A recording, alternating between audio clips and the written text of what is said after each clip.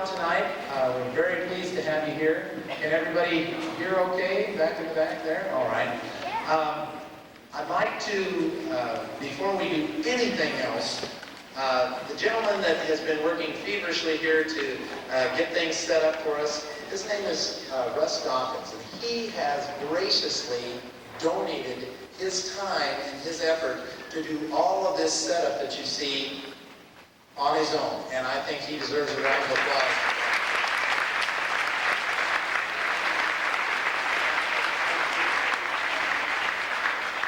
Also, I would like to thank the countless numbers of people and students that helped out in getting our setup for tonight and setting up for our 2 rehearsals. This picture that you see before you has happened 2 other times, and it's really exciting that we have a lot of good helpers that help us get set up for these things. Let's see here. I have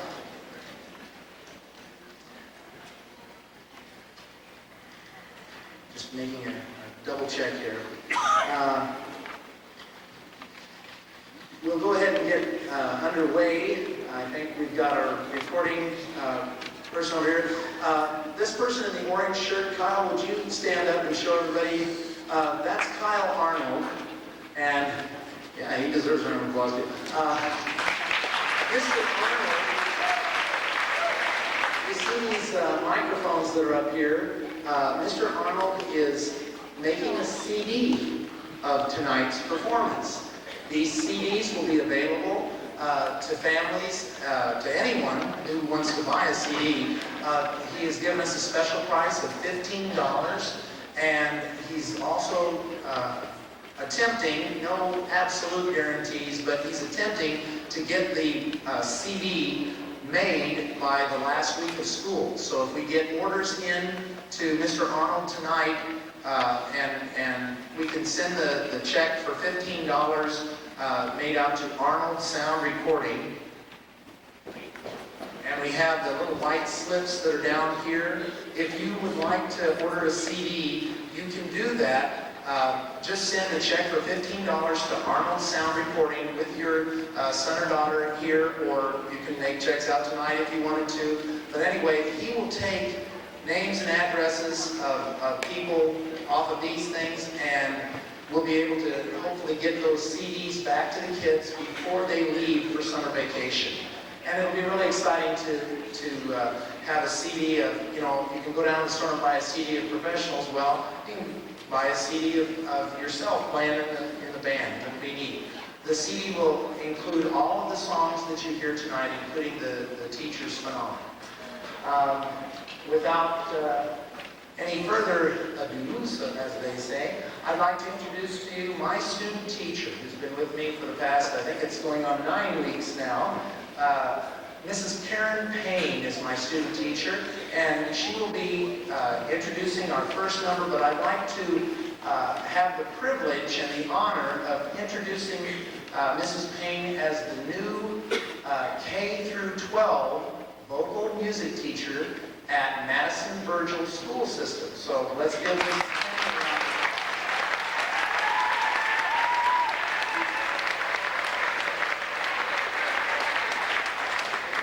Well, good evening. Our first piece tonight is going to be entitled Where the Rivers Meet. It portrays 2 different rivers. One that is a peaceful serenity, the second one that is a powerful strength. Here is Where the Rivers Meet.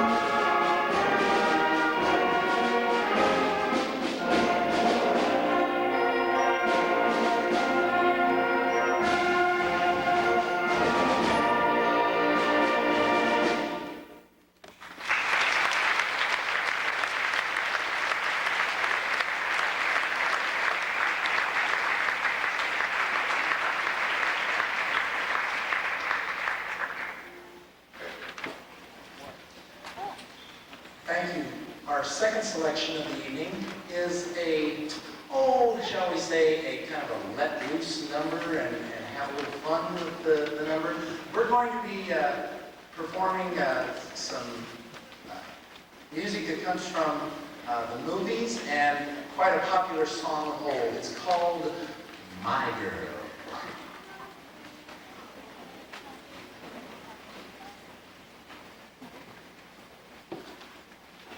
Yes, we have a fun little thing also planned. We need our trombones and our low woodwinds and our very saxophone that come out. Developed a little choreography for the number that we were.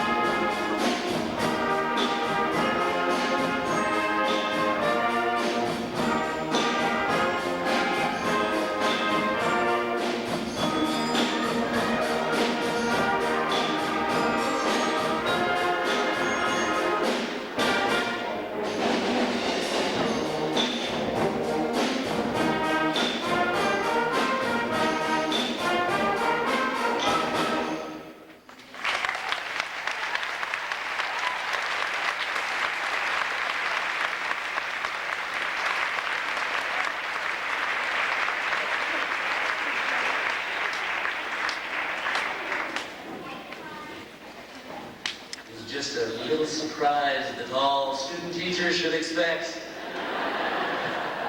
I wish you guys could have been in my vantage point, seeing the look on her face when her husband, Dennis, picked up her hand and took her out to dance. Let's give a round of applause for Dennis.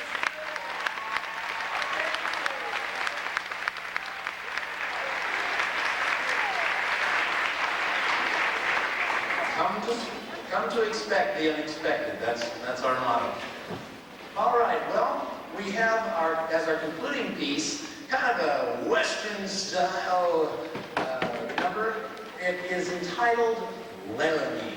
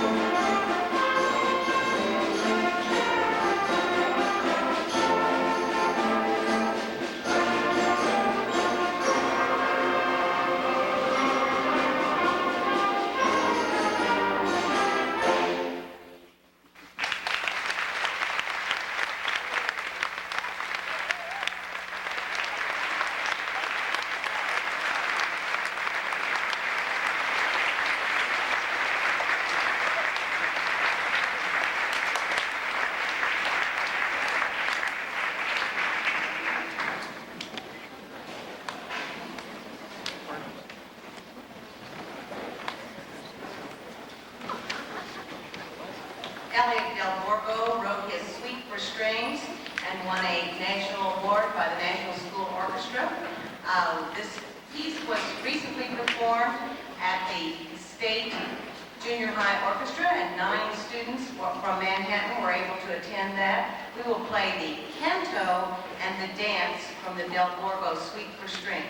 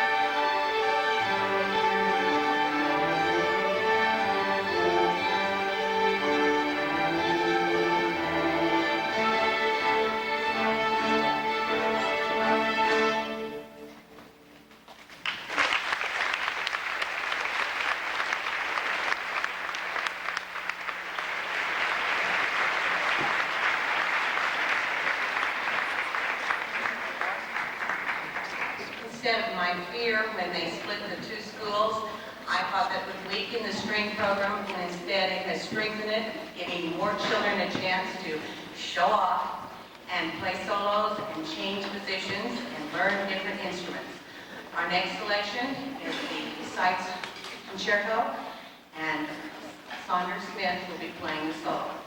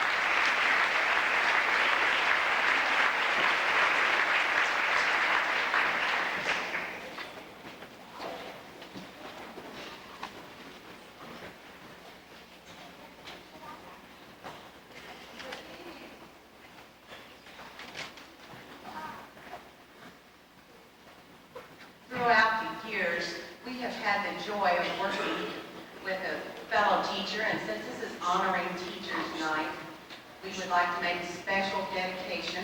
The next piece that we're going to play is written by the son of my high school orchestra director.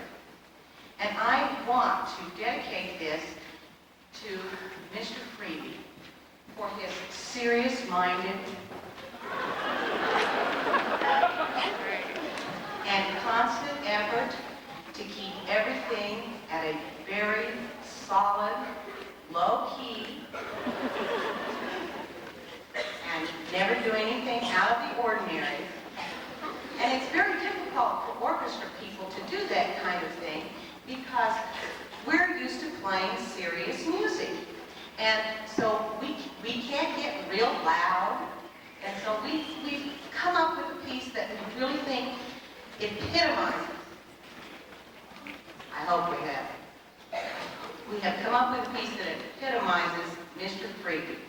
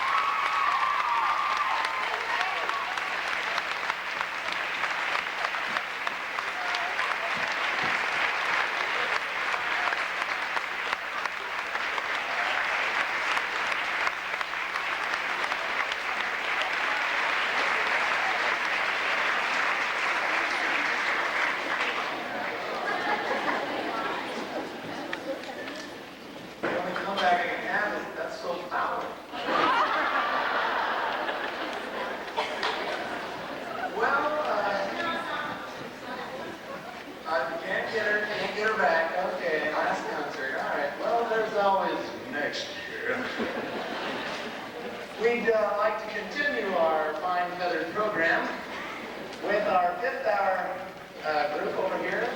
And the first selection that we'll be doing is a piece that we're going to have some audience participation with.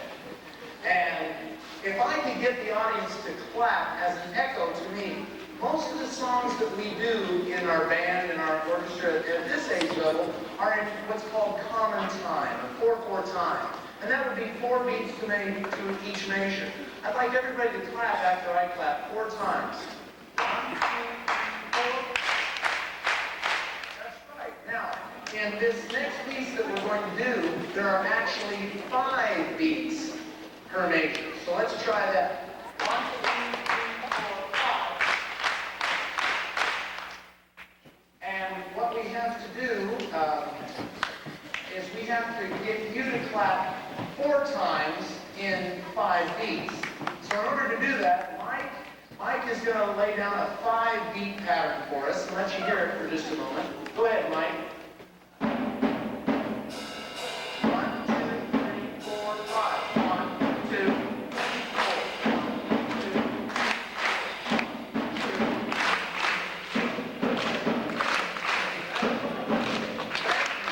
You got it right. Now, we're going to have 2 of our band members come out at the appropriate time in the music and they're going to lead you in that. And yes, you will be on the CD. Pretty effective way of, selling those CDs, I think. All right. You too can be on CD. Give me just a moment to change into an appropriate costume, and we'll be right with you.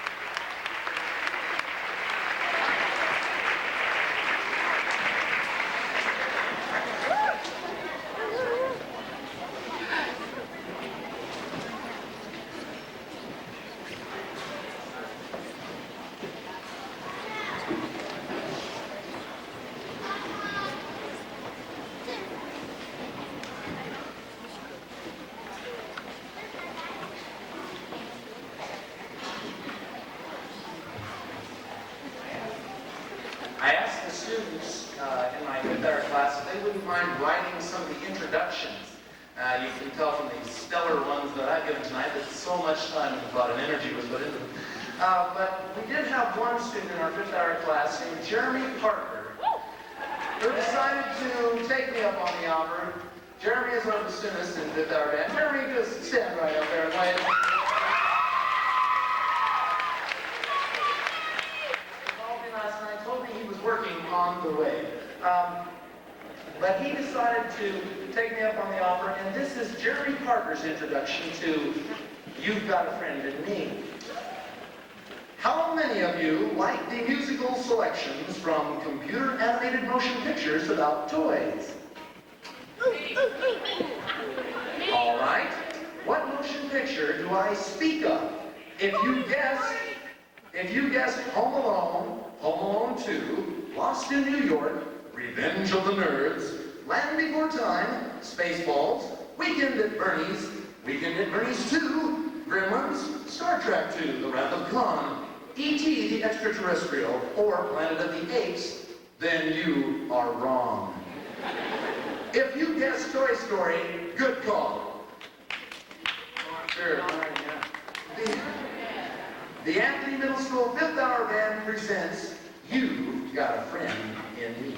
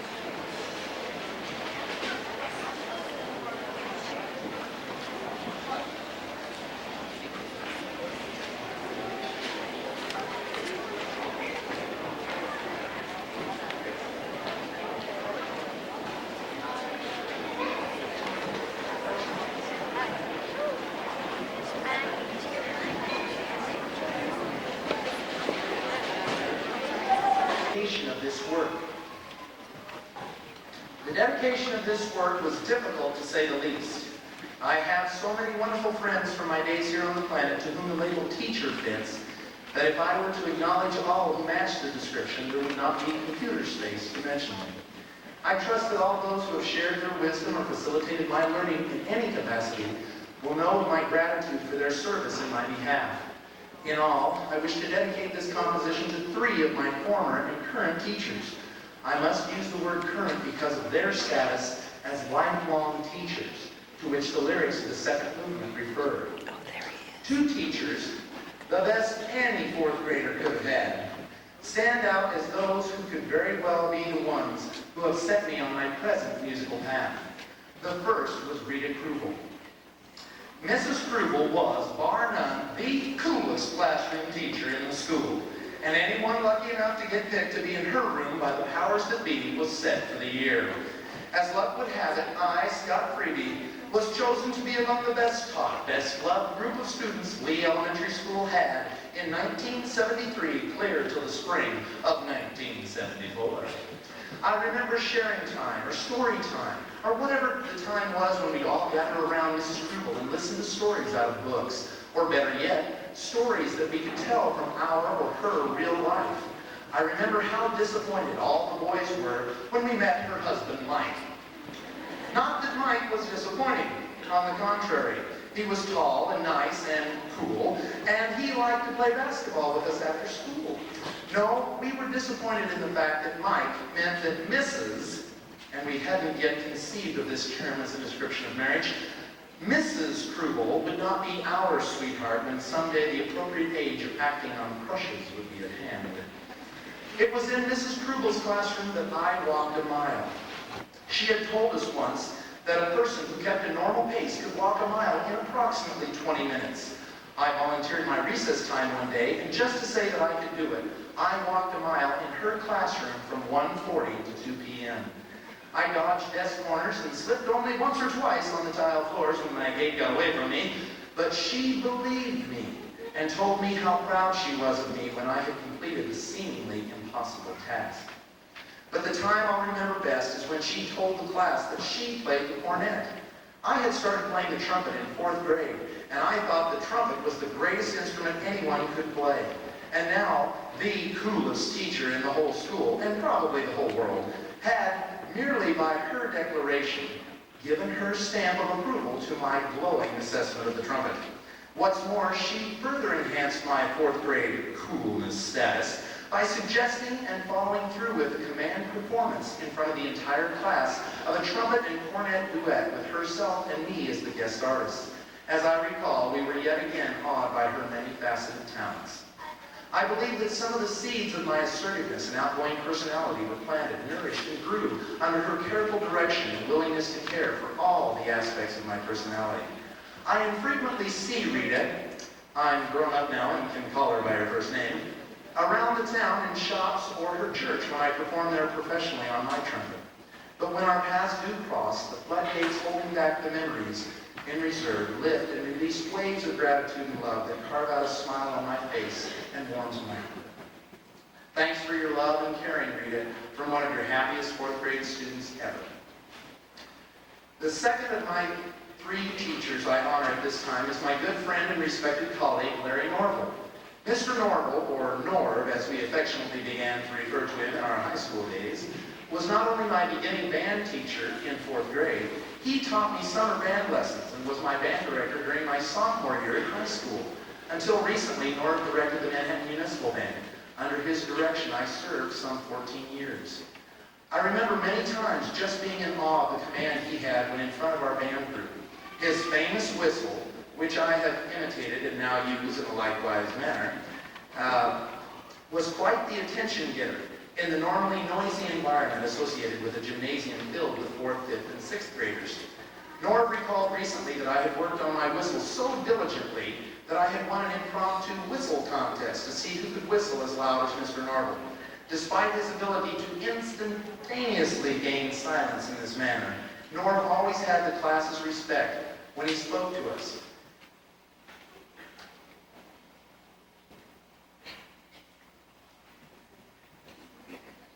He made us feel that playing the right notes wasn't enough. we had to do everything we could to make it musical.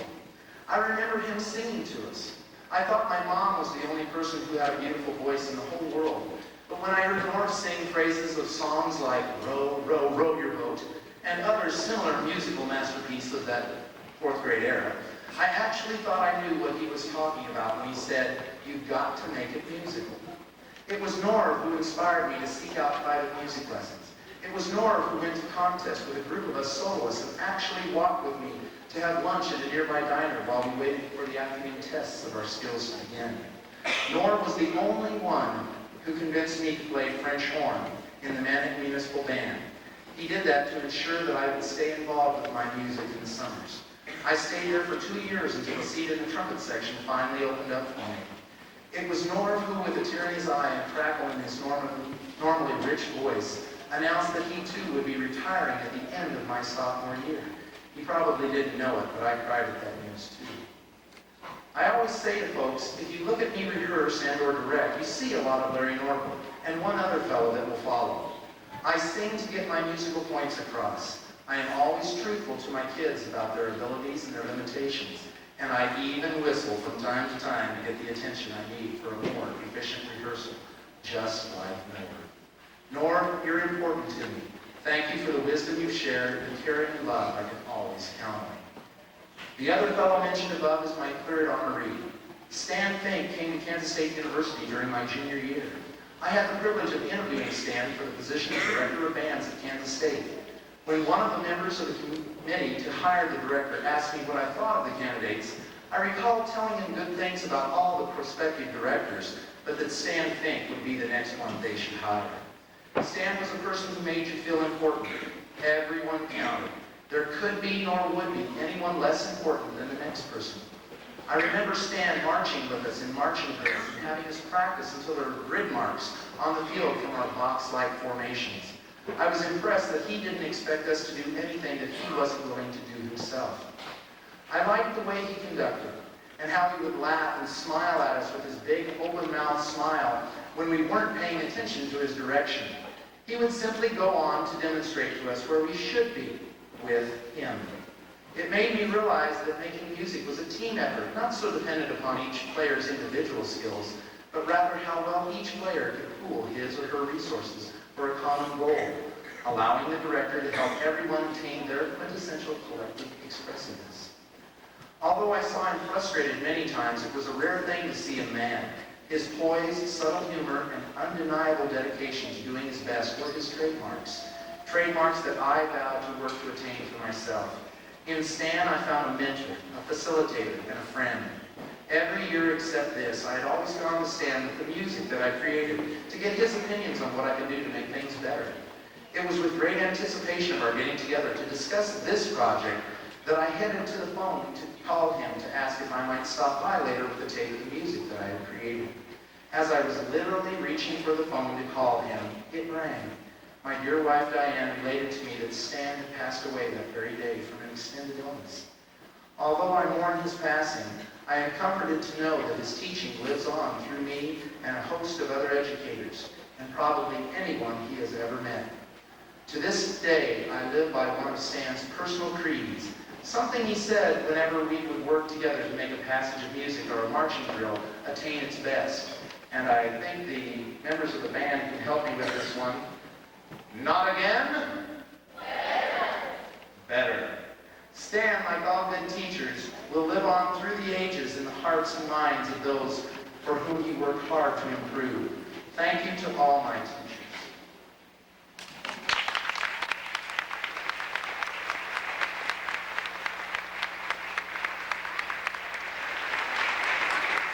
If we could have the teachers that are helping us out with the lyrics of the first movement, and the flashlights come down in front. If you could have any of the teachers that are here to help us with that. We're going to be over on this side. And we need the people who are helping us with the lights to get ready to turn the lights on. Mr. Seymour, not quite yet. We'll get the lights on and then we'll turn the others off.